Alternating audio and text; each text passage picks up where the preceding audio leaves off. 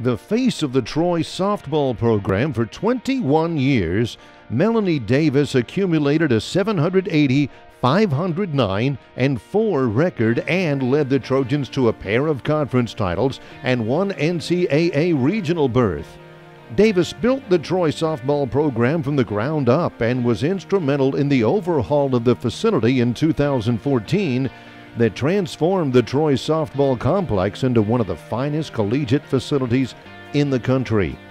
Davis's win total stands as the most by any coach in the school's history, and she's been inducted into the West Alabama Softball Hall of Fame, the Wiregrass Hall of Fame, the ASA of Alabama Hall of Fame, the National Fast Pitch Association 900 Win Club, and the Alabama Amateur Softball Association Hall of Fame. A native of Tuscaloosa, Alabama, Davis also served as Troy's volleyball coach for 3 seasons, in which the Trojans posted a 70 and 44 record, including a pair of 20-win seasons.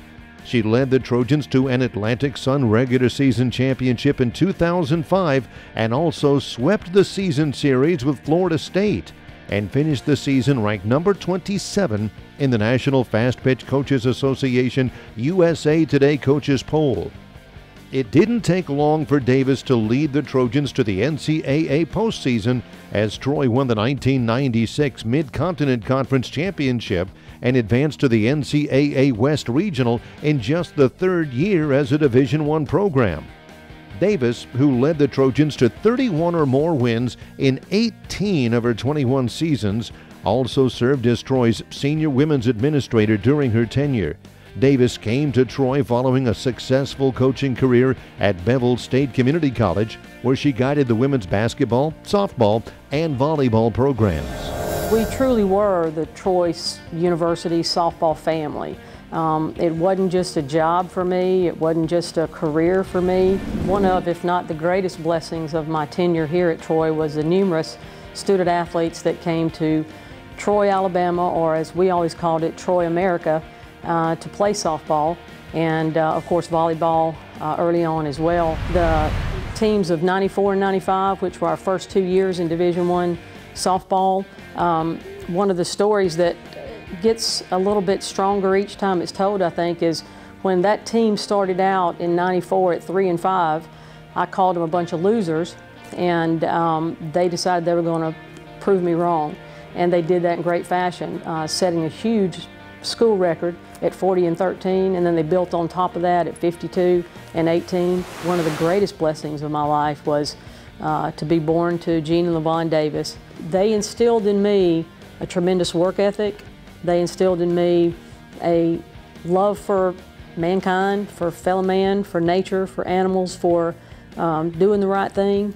And, you know, I wouldn't trade it for anything what they did as my parents, and I saw them sacrifice in so many ways to give me opportunities. I would totally be remiss if I didn't state that Dr. Hawkins was an unbelievably supportive force and mentor and comrade during my tenure here, along with Miss Janice. And there were, you know, great athletics directors that I worked for, you know, from Johnny Williams, you know, to Steve Dennis, to a former athlete who is, you know, now the Senior Associate Director of Athletics here. I want to first of all thank my first assistant coach, Don Atkins, who was actually retired from the University of Alabama, and he came down and lived in a dorm as a 65-year-old man. He lived with, you know, 20-year-old college students, so that he could work with us and build the program. Then my next long-term assistant was Barb Sherwood.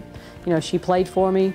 She stayed on board to get her master's and worked as kind of our GA, and earned her way into the first assistant coaching position. And then my last assistant coach that came to work for us for 10 months from Australia, Sharon O'Mara, and she came in, and I was just hoping she could bring us another good Australian pitcher like we had a couple years before, and then she ended up staying with us for 6 years and became our first associate head coach.